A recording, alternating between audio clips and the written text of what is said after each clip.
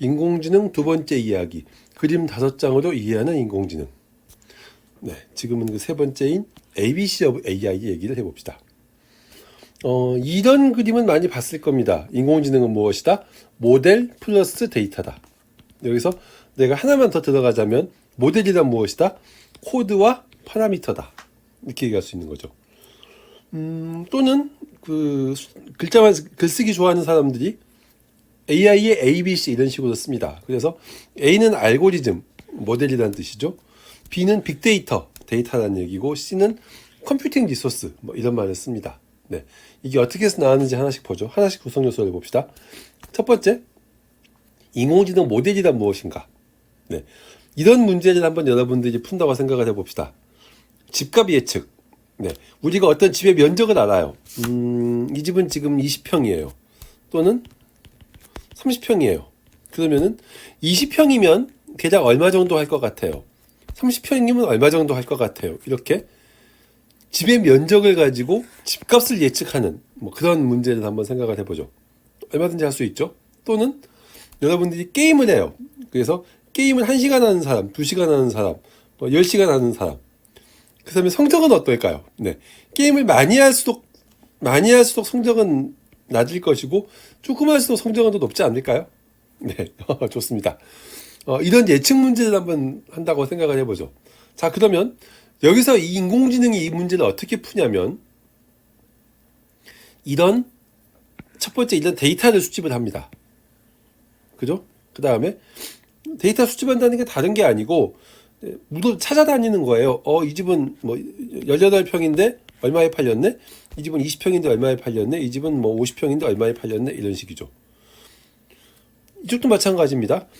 한 사람 다니면서 물어보는 거예요. 이번에 지난달에 게임 몇 시간 하셨어요? 1시간이요. 평점이 네 4.2. 지난달에 게임 몇 시간 하셨어요? 네 5시간이요. 평점이 네 3.5. 이런 식으로 이제 물어보는 거죠. 이렇게 수집한 데이터가 있다고 칩시다. 그러면 인공지능이 하려고 하는 건 이런 데이터 분포를 가장 잘 설명하는 수식을 찾는 겁니다. 어떤 식이 이런 데이터 분포를 가장 잘 설명할까요? 네, 뭐 여러 가지가 있겠지만 우리는 가장 단순한 선형 직선의 식을 씁시다. 그러면은 y는 ax 플러스 b는 a가 0보다 큰 경우에는 이렇게 증가하는 직선이 나올 것이고 a가 0보다 작으면 이렇게 감소하는 직선이 나오겠죠. 네, 이렇게 직선의 식을 모델로 사용하는 인공지능 문제 해결 방법을 우리가 선형회귀라고 합니다. 그리고 이런 직선의 식을 이제 선형회귀의 모델이다 라고 얘기를 합니다. 네, 그래서 이렇게 이제 이걸 해주는 직선을 찾기를 원하는 거죠. 네, 그래서 모델은 이제 ax 플러스 b가 모델이에요. 그럼 여기서 보세요. x는 뭔가요? 집 면적이 x죠. 즉 x 네 그렇습니다. 그리고 y가 뭐예요? 예측값입니다. 집의 가격인 거죠. 그래서 x와 y는 변수입니다. 그에 비해서 a하고 b는 이 직선의 식의 형태를 결정해 줍니다. a가 0보다 크면 이런 모양의 직선이 되니까 커질수록 같이 커지는 뭐 집값 같은 게 될 거고요. a가 0보다 작으면 이런 직선이 될 테니까 커질수록 작아지는 뭐 게임 시간, 성적 뭐 이런 대비가 되겠죠. 네, 그래서 A하고 B가 이 인공지능 모델이 어떤 것이다 라는 걸 결정을 하는데 이걸 우리가 파라미터라고 합니다. 그리고 이걸 파라미터를 결정하기 위해서 우리는 데이터를 이용할 건데 집의 면적과 집값의 쌍이라던가 또는 게임 시간과 성적의 쌍 이런 것들이 이제 데이터가 되는 거죠. 결국 어떤 인공지능 모델을 훈련시킨다는 의미는 A, B의 값을 결정하는 것입니다. 어떻게? 훈련 과정을 통해서. 그래서 실제로 이 모델은 먼저 트레이닝이라고 하는 과정을 거치는데 가장 많은 시간과 컴퓨팅 리소스를 들여서 A, B의 값을 결정을 하는 겁니다. 그 다음 이렇게 만들어진 그런 어떤 펀더멘털 모델이 있으면 이 펀더멘털 모델을 이용을 해서 우리는 약간의 파인 튜닝을 할 수 있습니다. 우리 회사의 서비스에 맞게 모델의 값을 파라미터의 값을 살짝 바꿔줄 수 있어요. 예를 들어서 우리 회사는 일반적인 부동산 회사가 아니라 원룸만 특별히 많이 거래하는 부동산 회사다. 그러면 네, 원룸은 대부분 평수가 작죠. 그래서 실제로 우리가 부동산 데이터 이렇게 집값하고 면적 데이터 모아서 이렇게 계산했다면 우리는 이 평수가 작은 쪽에만 데이터를 더 많이 넣어서 얘를 살짝 이제 바꿔주는 그런 걸 하는 겁니다. 인퍼런스 추론은 이제 이렇게 만들어진 모델을 가지고 서비스를 하는 거죠. 필요하다면 여러분들 디바이스 위에도 올라갈 수 있을 정도로 가볍습니다.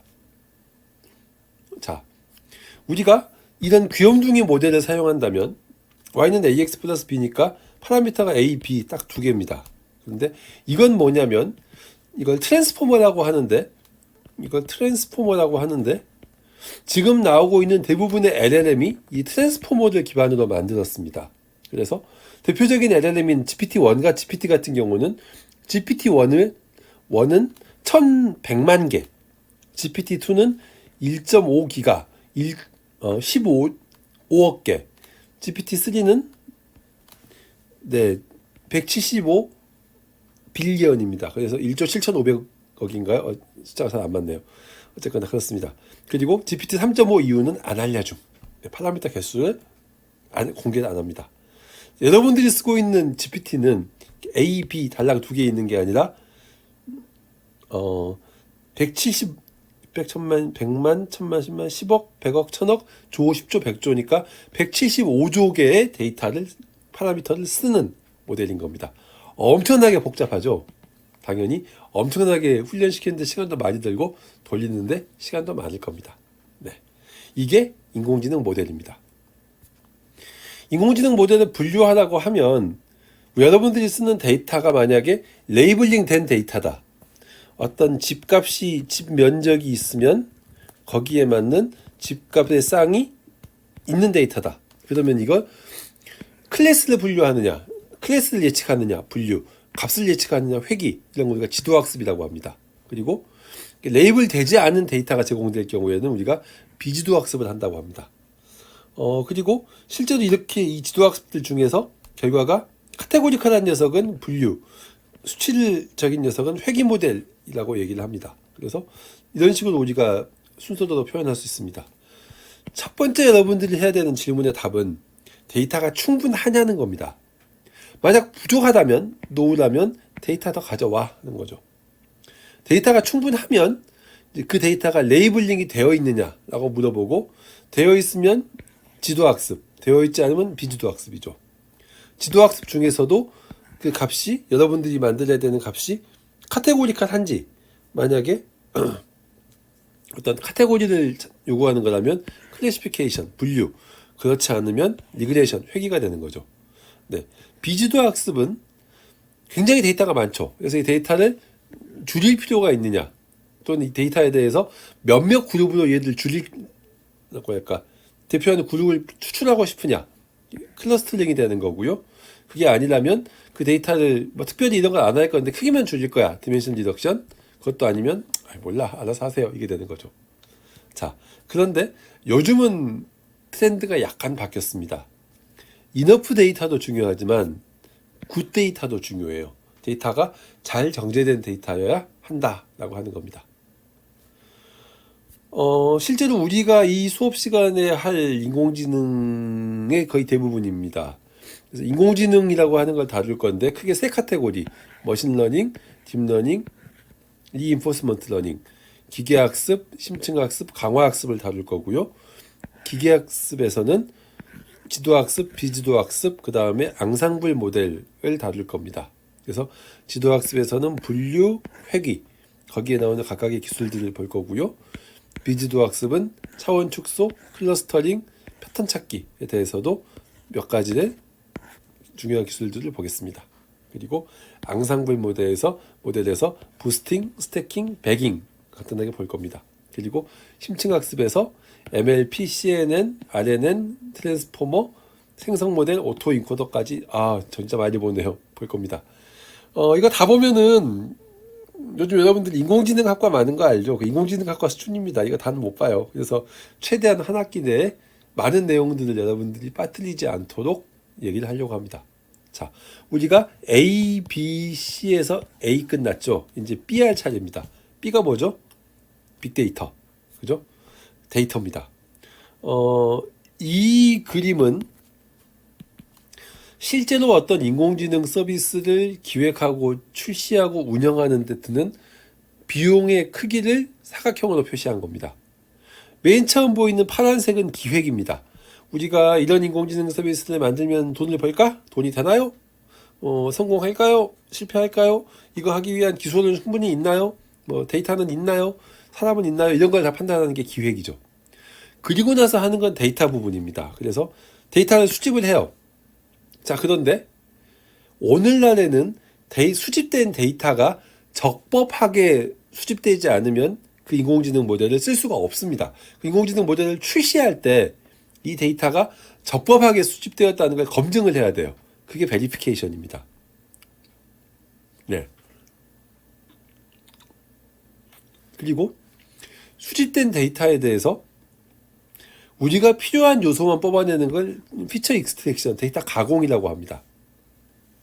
그럼 이렇게 만들어진 데이터를 가지고 머신러닝 코드를 돌리는 거죠. 어디서? 우리가 확보한 자원 내에서. 그래서 오케이, 이 코드를 돌릴 건데 어디서 돌릴 거야? GPU 서버 찾아야겠죠? 그 GPU 서버는 얼마해? AWS는 얼마해? 구글 콜랩은 얼마해? 또는 우리가 만약에 HBX 같은 GPU를 사면 어때? 이런 것들을 고민하는, 이게 이제 자원 관리 부분입니다. 그렇게 해서 이제 이 인공지능 모델이 서비스가 만들어졌으면 이 서비스를 돌릴 수 있는 그런 인프라스트럭처를 찾고요. 그리고 나서 서비스를 계속 진행을 하면서 데이터를 관찰하는 겁니다. 자, 이 여러 가지 사각형들 중에서 가장 큰 면적을 차지하는 건 데이터 부분입니다. 빨간색 사각형이죠. 한마디로 말해서 데이터가 가장 중요하다라고 하는 겁니다. 네. 자, 그러면 이제 우리가 A, B, C에서 C, 컴퓨팅 리소스 얘기를 해봅시다. 네. 컴퓨팅 리소스는 한마디로 말해서 CPU에서 GPU로, GPU에서 NPU로 발전해 왔다고 볼 수 있습니다. 네. GPU는 그래픽 프로세싱 유닛이라고 합니다. 그래서 원래는 여러분들이 쓰고 있는 PC는 나오는 출력이 그냥 RGB 데이터입니다. RGB 데이터만 출력이 돼요. 얘를 모니터가 받아들일 수 있는 형태로 변환해주는 그런 부품이 처음에 나온 비디오 카드 또는 VGA 카드, 비디오 억셀러레이션 어댑터라고 하는 것이었습니다. 근데 그때는 그냥 비디오 카드 그랬어요. 그런데 80년대 처음 나온 컴퓨터가 발전을 하면서 다들 여기서 게임을 하게 됐죠. 게임을 하면 어때요, 여러분? 굉장히 영상이 빠르게 바뀌죠. 그리고 여러분들이 PC는 잘 안 바꿔도 모니터는 바꾸고 싶어요. 왜? 가수도 큰 게 나오거든. 그죠? 그래서 결국은 어떤 모니터 해상도가 높아짐에 따라서 출력을 해야 되는 영상의 양이 증가하다 보니까 자체적으로 메모리와 연상 장치를 갖추고 CPU 계산량을 감소시키는 그런 부품이 필요하게 된 거죠. 그래서 이 당시에 실리콘 그래픽스 같은 아주 고가의 그래픽 전용 워크스테이션들이 있었는데 여기다만 적용되던 부품들을 일반 PC에 적용하기 시작한 겁니다. 우리가 지금 다 잘 아는 그 인공지능 슈퍼기업 엔비디아도 이때 GPU를 출시하기 시작했습니다.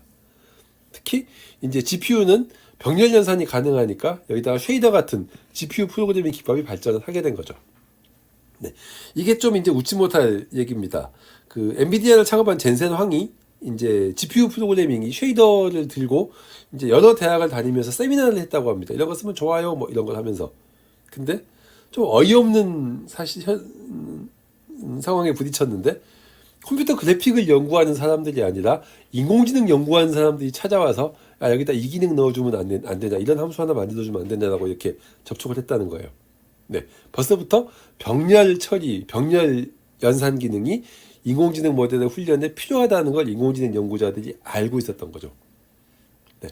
그러다가 이제 2010년대 이후에 인공지능 시대가 왔습니다. 어떻게 돼요? 결국 인공지능 시대는 GPU의 병렬 처리 기능을 가지고 인공지능 모델을 훈련한 겁니다.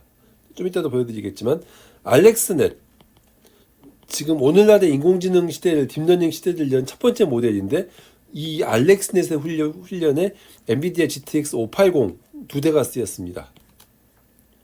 네. 그리고 GPU 클라우드 시대가 열렸죠. 다시 말해서 AWS나 애저나 구글 같은 클라우드들이 GPU를 자기들이 몇십만 대를 사서 가지고 있으면서 사람들에게 판매하는 겁니다. 기계를 판다는 게 아니고요. 뭐 시간당 2불 이런 식으로 요금을 받고 GPU 서비스를 제공을 합니다. 그러니까 일반인들도 5천만 원짜리 H100 GPU를 쓸 수 있는 상황이 열린 거죠. 그러다가 2020년대가 되면 진짜 클라우드 시대가 열렸습니다. 네, 이거 안 쓰면은 AI 모델을 돌릴 수가 없어요. 지금은 온 디바이스 시대가 올 거라고 하는데 그 부분은 잘 모르겠네요. 네. 이 GPU는 네, 지금 엔비디아 이번에 5090이 발표되긴 했지만 뭐 아직까지는 많이 안 쓰니까 4090 같은 경우만 해도 4000대만 봐도 네. 코어라고 하는 게 연산을 수행하는 단위인데 4070은 7680개, 4090은 384개입니다. 다시 말해서 4070은 7600개의 연산을 동시에 할 수 있고 이 4090은 16300개의 연산을 동시에 할 수 있다는 겁니다. 거기에 올라가는 데이터는 최대 12기가까지 올릴 수 있고 여기는 24기가까지 올릴 수 있습니다. 한마디로 이런 모델을 쓰면 인공지능 모델의 훈련이 굉장히 쉬워지는 거죠. CPU와 GPU의 차이는 이렇습니다. CPU가 한 명의 수학 청재라면 GPU는 10,000명의 초딩입니다. 자, 그러면 미적분학 문제를 한 개 던져주고 풀어봐 그러면 초딩 10,000명 있어도 못 풉니다. 이거 수학 천재 한 명이 더 잘 풀어요. 그런데 단순한 계산 문제, 더하기 빼기 곱하기 나누기, 뭐 3 곱하기 7은 이런 걸 물어보면 수학 천재도 합니다. 근데 이걸 10,000번 해야 되는 거예요. 근데 10,000명의 초딩은 어때요? 10,000명의 초딩이 한 번씩만 하면 되죠. 단 한 번에 끝낼 수 있습니다. 훨씬 성능이 좋은 거예요. 네. 그 예를 그려보면 이렇습니다. CPU는 이 영상을 그릴 때 아름답게 한 땀 한 땀 픽셀들을 그려나갑니다. 그에 비해서 GPU는 동시에 여러 픽셀을 동시에 칠합니다. 로우코어라는 뜻은 동시에 칠할 수 있는 픽셀의 크기가 많지 않다는 뜻이고요. 하이코어는 한꺼번에 많은 픽셀을 칠한다는 겁니다. 그래서 단 4개 픽셀만 칠하는 시간만 들이면 하이코어 GPU는 전체 영상을 그립니다. 그동안의 CPU는 하나하나 해야 되는 거죠. 네, 이걸 우리가 이런 김밥 썰기를 가지고 예를 들 수 있습니다. CPU는 네, 보시면 네, 이게 김밥이 있습니다. 그러면 이렇게 카드에다가 이렇게 기름을 잘 바르고 그죠? 그래서 이렇게 한 줄, 네, 그리고 네, 또 한 줄 이렇게 아름답게 이제 차근차근 썰어 나갑니다. 좋죠? 낮은 성능의 CPU입니다. 좀 더 성능이 좋은 CPU는 좀 더 이렇게 잘 썰겠죠? 자, 혹시 여러분들 그 듀얼 코어 이런 말 들어본 적이 있나요? CPU에서 코어가 2개 이상 있는 그런 CPU입니다. 요즘은 뭐 쿼드 코어, 뭐 헥사 코어 이렇게 나오는데 그런 친구들은 이렇게 네, 기본 여러 줄을 한 번에 쓸 수 있는 거죠. 그에 비해서 GPU는 이런 모든 데이터를 병렬적으로 한꺼번에 접근합니다. 빵. 그렇죠? 이게 로우코어 GPU. 그 다음에 하이코어 GPU는 이렇게 여러 개의 데이터를 한꺼번에 처리할 수 있는 와우 김밥 4줄을 넣고 한번 탁 누르면 한꺼번에 4줄씩 썰어지는 네, 이게 이제 하이코어 GPU입니다. 연산의 예를 보자면 네, 이렇게 A하고 B를 더하세요. 이와 같은 연산을 할 것 같으면 CPU는 한 줄 한 줄 돌면서 2개를 더해서 C에 저장해놔죠. 더해서 저장, 더해서 저장, 더해서 저장 이렇게 하죠. 그에 비해서 GPU는 한꺼번에 2개씩 동시에 더합니다. 로우코어 GPU는. 하이코어 GPU는 4개씩 동시에 더합니다. 네. 4070은 이게 7,000 몇백 개가 있다고 했죠. 4090은 16,000개 정도가 있다고 했죠. 그래서 4090은 16,000개짜리 배열을 한꺼번에 더하는 겁니다. 이 포드프 16,000번 도는 동안에 걔는 한 번만 돌면 이거 끝나는 거예요. 그러니 성능이 좋은 거죠. 네, 그렇습니다. 네, NPU는 이제 이거는 회사의 특성을 따집니다. GPU가 김밥이라면 NPU는 네, 오이도 될 수 있고 가래떡도 될 수 있고 순대도 될 수 있어요. 예를 들어 공통점은 뭐죠? GPU처럼 길다. 차이점은 뭐죠? 체조가 다른 거죠. 네. NPU는 그러니까 뉴럴 프로세싱 유닛이라고 하는데 실제로 GPU는 인공지능 모델을 학습하고 구동시키는 핵심으로 자리 잡았는데 회사마다 처리하는 데이터의 종류가 조금씩 다릅니다. 예를 들면 챗GPT 같은 경우는 문자열, 언어 모델을 처리하기 때문에 문자열이 많은 거고요.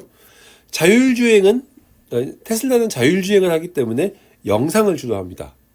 유튜브는 동영상 플랫폼이니까 동영상을 많이 볼 거고요. 그 다음에 센스타임은 중국 회사인데 안면인식 기술이 굉장히 뛰어난 회사입니다. 얘들은 사람 얼굴 영상만 보겠죠. 다 데이터가 조금씩 달라요. 그래서 회사들은 자기네 회사의 데이터에 특화된 모델을 만듭니다. 그 우리가 이런 프로세싱 유닛을 우리가 NPU라고 하는데 구글 같은 경우는 TPU라고 하는 걸 만들었고요. 테슬라는 도저라고 하는 모델을 가지고 있고 애플은 M1 프로세서는 AI 전용은 아니지만 그래도 저전력 고성능으로 알려져 있습니다. 아마존도 인퍼렌시아나 트레이니움 같은 NPU를 만들고 있습니다. 네. 근데 문제는 이런 NPU는 구동되는데 엄청나게 많은 리소스를, 전기를 요구하고 자원 파괴를 요구합니다. 챗GPT 같은 경우에는 뭐 해마다 날마다 수백만 달러씩 이렇게 전기를 쓰고 있죠. 그리고 실제로 챗GPT에 질문 50개만 던지면 조그만 그 500ml짜리 생수 한 병씩 쓰는 거라고 합니다. 한마디로 말해서 인류는 이제 인공지능이 잡아먹는 전기를 어떻게 만들 것인가를 고민을 하는 시대가 와버린 겁니다. 네. 오케이. 네, 지금까지 여러분들은 인공지능의 ABC 얘기를 했고요. 그 다음은 인공지능의 미래에 대해서 이야기를 하겠습니다. 네, 수고했습니다.